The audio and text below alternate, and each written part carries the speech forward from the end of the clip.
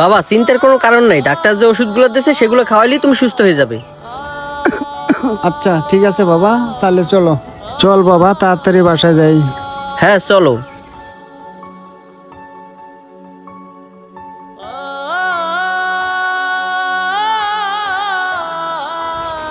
আচ্ছা বাবা, তুমি এক কাজ করো, এইখানে বসো, আসো।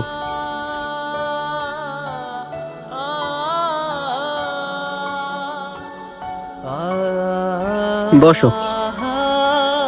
আচ্ছা বাবা, তুমি এখানে বসো, আমি ওই সামনের দোকান থেকে তোমার ওষুধগুলো নিয়ে নিই। বাবা শোনো, এদিকে আসো।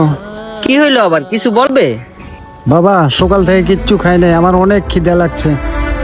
ওষুধ নিয়ে আসার সময় আমার জন্য যদি কিছু খাওয়ান আনতে। ওষুধ নিয়েই তো বাসায় যাবো, এখন আবার তোমার জন্য খাবার আনা লাগে? সারাদিন শুধু খাই খাই না, প্রতি মাসে যে তোমার ওষুধের পিছনে কত টাকা যায় সেদিকে তোমার খেয়াল আছে? এখন আবার না জানি কত টাকা খরচ হয়। আচ্ছা ঠিক আছে, তুমি বসো, আমি দেখতেছি।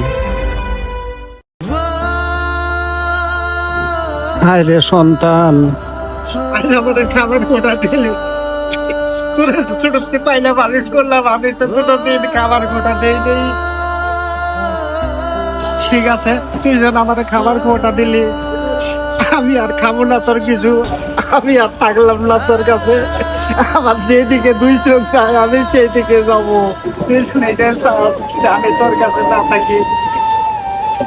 আমি গেলাম, আমার যেদিকে দুই চোখ চাই আমি সেই দিকে যাবো।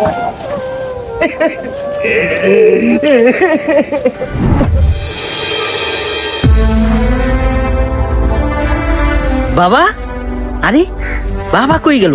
বাবাকে তো দেখতে পাচ্ছি না। বাবা, হায় হায় রে, বাবার সাথে এমন ব্যবহার করাটা আমার ঠিক হয়নি। বাবা মনে হয় আমার ব্যবহারে অনেক কষ্ট পাইছে। বাবা এমনিতেই অনেক অসুস্থ মানুষ, কে আনছে তার সাথে আমি খারাপ ব্যবহার করলাম। যে করি হোক, বাবাকে খুঁজে বের করতেই হবে।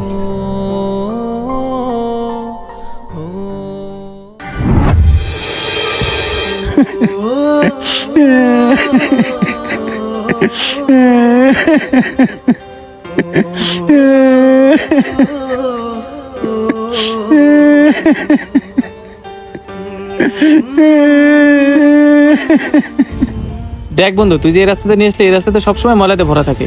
এই রাস্তাতে কি তুই যেতে পারবি? কই?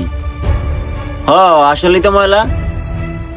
আরে ওইখানে একটা লোক দেখা যাইতেছে মনে হচ্ছে। লোকই তো। বন্ধু দেখ, ওইখানে একটা মুরব্বী লোক শুয়ে শুয়ে একান্ত আছে।